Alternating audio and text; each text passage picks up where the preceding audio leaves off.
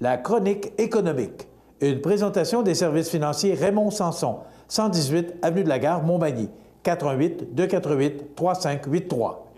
Oui, voilà, il est là. Ben oui, il est là. On est en train justement de jaser de ces taux d'intérêt qui sont en train de monter du côté américain. Maxime Bernier, associé des services financiers Raymond Sanson. Bonjour. Bonjour, Jean-Michel, ça va bien? Oui, merci. Toi? Oui, pas chaud matin, hein? Non, hein? Non. Bien, c'est pas chaud aux États-Unis aussi.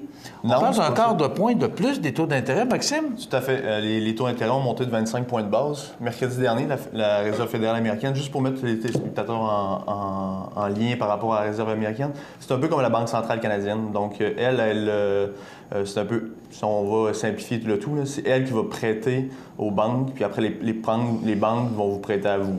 Donc, c'est un peu, comment je dirais ça, c'est triangulaire, c'est comme la pointe du triangle, puis après, ça se découle par en bas. De l'autre côté, la Fed, on va l'appeler la Fed, elle a augmenté ses... C'est quoi la Fed? Bon, la Fed, c'est la Réserve fédérale américaine, si on met ça en français. Là. Okay. Donc, c'est comme la Banque centrale. OK. Elle a augmenté ses points depuis 2008. Après la crise, elle avait baissé ses taux directeurs pour, dans le fond, comme la Banque canadienne puis comme la BCE, la Banque centrale européenne. Ils baissent leurs taux pour favoriser la consommation, favoriser les prêts, dans le fond, booster l'économie d'une façon... c'est très standard là, de baisser les taux. Sauf que là, vu que l'économie américaine a augmenté, elle a une bonne croissance économique, on avait parlé dans la fois. Il y a un bas taux de chômage depuis à peu près 10 ans. Elle est revenue à un niveau d'avant-crise. Donc, la Réserve fédérale américaine a décidé d'augmenter ses taux pour la première fois depuis un an. Okay? Donc, en 10 ans, depuis 10 ans, dans le fond, depuis l'avant-crise, elle a augmenté seulement 2 fois les taux. Okay? Dans le fond, l'année passée, en décembre 2015, puis cette année, elle a augmenté encore les taux cette année. L'impact que ça peut avoir pour vous, les consommateurs, présentement, il n'y aura pas d'impact. Okay? Parce que c'est trop faible? Bien, c'est sûr qu'un quart de point, c'est faible. Premièrement, c'est aux États-Unis. Mais il faut savoir qu'aux États-Unis et Canada, on est très connectés, okay? Ouais. Point de vue économique. C'est sûr, quand les États-Unis toussent, nous autres, on a la grippe. Là. T'en plein ça. C'est ça. Il y a beaucoup de clients qui nous ont appelés en disant « Ça va-tu augmenter mon prêt de maison? Ça va-tu augmenter mon prêt sur la marge de crédit? Les taux d'intérêt sur les cartes de crédit vont-tu monter? » Faut se calmer, OK? C'est très, très faible comme augmentation, puis ça peut quand même être long avant qu'on ait des répercussions, nous, sur nos avoirs, nos prêts à nous, consommateurs que nous sommes. Même si il y a plusieurs personnes qui disent souvent « c'est aux États-Unis, ça n'a rien à voir avec le Canada », c'est quand même faux, OK? Vu que les économies sont très, très liées, si la Fed augmente ses taux d'intérêt, vos prêts hypothécaires pourront augmenter, mais pas avant, mettons, l'année prochaine. Okay. Okay. Est-ce que c'est l'effet Trump? Oui. C'est l'arrivée du nouveau président le 20 janvier qui Tout à fait. C'est en plein ça. Trump a aidé la Fed à prendre la décision, parce que la Fed ne savait pas trop, en tout cas d'après ce qu'on a su, il ne savait pas trop si elle allait augmenter les taux cette année. Mais c'est bien vu de le faire au moins cette année, parce qu'il avait dit qu'il l'augmentait 2 fois en 2016. Ils ne l'ont jamais augmenté. Donc, c'est la première augmentation. C'est un signal positif qu'on a envoyé au marché.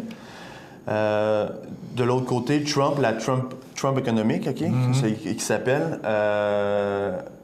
son plan de relancer l'économie avec un plan d'infrastructure de 1000 milliards de dollars US, ça l'a favorisé, ça va créer de l'emploi, ça va créer de la croissance économique. De l'autre côté aussi, la baisse de le taux d'impôt, le taux d'imposition pour les entreprises qui passerait de 35 à 15 % aux États-Unis sous Trump, ça favoriserait aussi une croissance économique très soutenue. Est-ce que je pense qu'il va y arriver? C'est quand même assez colossal comme projection. Oui, c'est assez colossal. On peut espérer qu'il va y arriver parce que pour nous, c'est bon. Pour les personnes qui sont investies sur le marché, c'est bon parce que si la baisse les taux d'imposition à 15 %, ça veut dire quoi? Ça veut dire qu'il y a plus d'argent dans les poches des entreprises, donc ils font plus de profit. Donc, pour nous, les investisseurs, c'est pas mal plus avantageux. OK. Mais là, comme il veut établir beaucoup de protectionnisme, il veut vraiment motiver plus les entreprises des États-Unis à travailler ensemble et à comme un peu fermer les frontières, est-ce que ça peut pas nous nuire, ça, de l'autre côté? Je crois qu'il va essayer. Le Canada, pour l'ALENA, il est plus ou moins affecté par Trump. Les Américains ont besoin du Canada, puis le Canada a besoin des Américains pour vivre, pour avoir une croissance soutenue les deux ensemble. Je pense pas que Trump il va casser l'ALENA pour nous. Pour les Mexicains, c'est une autre chose. OK? Du côté mexicain, ça peut être très défavorable, mais pour nous, c'est favorable parce que ça favoriserait, OK, le plan de Trump favoriserait les exportations. OK. De nous vers là-bas, une baisse des taux, ça engendrerait une hausse du dollar américain. Une hausse du dollar américain, ça avantagerait nos producteurs d'ici d'exporter vers là-bas parce que ça coûterait moins cher aux Américains d'acheter des produits canadiens. Fait, de ce côté-là, ça peut être très avantageux pour les exportateurs canadiens, le plan Trump.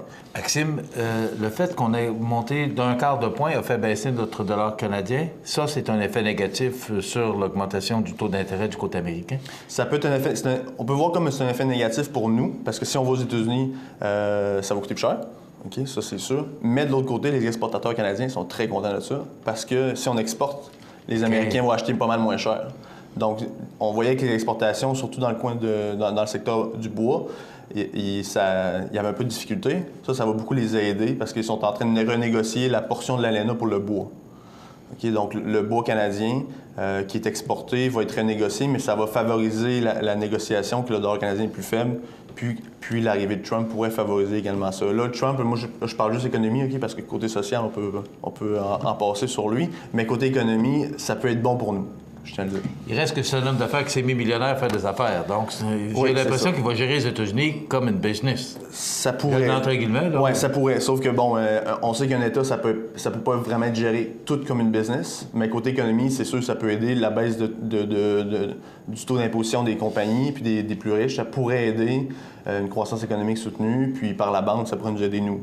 Sauf que de l'autre côté, Trump, c'est Trump, il est très controversé. Maxime, c'est la dernière chronique en 2016 parce que ça revient le 9 janvier en raison des congés. Là. Tout à fait. Dis-moi, tu n'as pas de boule de cristal? Non. Mais comment, en 2017, est-ce qu'on peut penser à une augmentation des taux d'intérêt du côté canadien? Est-ce qu'on va garder ça de même? Est-ce que la Banque du Canada va préférer jouer de prudence? Ou comment... Parce que vous autres, vous êtes quand même tous les jours là, dans... Oui, c'est notre travail de conseiller nos clients. Ouais. Donc, de ce côté-là, moi, je conseille les clients. Tout ce qui est... je vais vous conseiller aussi, tout ce qui est vos portefeuilles d'obligations, sachez que vu que les taux d'intérêt vont monter, puis ils devraient monter, ils ont annoncé la Fed, là, Janet Yellen a annoncé qu'il y aurait 3 hausses de taux et non 2 en 2017. Donc ça, c'était une nouvelle que personne n'attendait, la hausse de 3 taux. Donc on se pourrait se ramasser à la fin 2017 entre 1 et 1,25 de taux d'intérêt pour la Banque centrale. C'est quand même important. C'est quand même important. Là, vous allez avoir des répercussions sur vos taux hypothécaires. Oui, ça n'a pas de l'air gros comme ça. Là. Non. Mais là, vous allez avoir des répercussions. Quelques centaines de milliers de dollars, ça fait la différence. Non, c'est ça. Il pourrait monter de quelques points de base. Vos taux d'intérêt de vos prêts hypothécaires pourraient monter. Pour les investissements, je ferai attention, investissez pas votre argent que dans des revenus ou des obligations, des titres à obligations. Pourquoi? Parce que la hausse des taux d'intérêt a comme effet les obligations qui sont datées en date d'aujourd'hui valent moins cher que plus tard, parce que plus tard, le taux d'intérêt va monter, donc le taux d'intérêt sur les obligations va être plus élevé. Donc, faire attention. Le côté, la répartition d'actifs, actions, elle pourrait être très avantageuse pour les prochains temps. Ça pourrait, avec la hausse des taux d'intérêt. Si on a une hausse de deux hausses de taux d'intérêt en 2017, faites attention, vos taux d'intérêt sur les prêts hypothécaires, vos marges de crédit, ça va augmenter, ça, je vous le garantis. Même si c'est au côté américain. Donc, comment tu vois 2017, en quelques secondes? La 2017, je la vois quand même... Ça dépend. Ça dépend de beaucoup de facteurs. Ça dépend si Trump est capable de passer sa relance économique, son plan de relance. Ça dépend des hausses de taux d'intérêt de la Fed. Côté nord-américain, c'est ça. Mais je vois assez comme le fiscal et l'économique, c'est rendu que ça se complète très bien. Okay? Des baisses d'impôts fiscaux, il y a des réinvestissements des gouvernements. Au Canada, avec Trudeau, il réinvestit. Ça peut être bon pour créer une croissance économique. À long terme, je ne suis pas sûr, mais au moins à court terme, moyen terme, on peut penser qu'il pourra avoir une bonne progression des marchés, sans toutefois garder en tête que ça fait depuis 2008 qu'il n'y a pas eu de grosse correction des marchés. Donc, peut-être attendez-vous à une petite correction en 2017 ou en 2018. Merci beaucoup, Maxime Bernier. Merci, joyeuses fêtes. Du Bureau des services financiers Raymond Sanson. De joyeuses fêtes. Merci, bonne année. Toute ton équipe. Merci. Puis on va se revoir en 2017. Oui, 2017. Voilà, ça complète notre chronique économique de ce lundi du 19 décembre.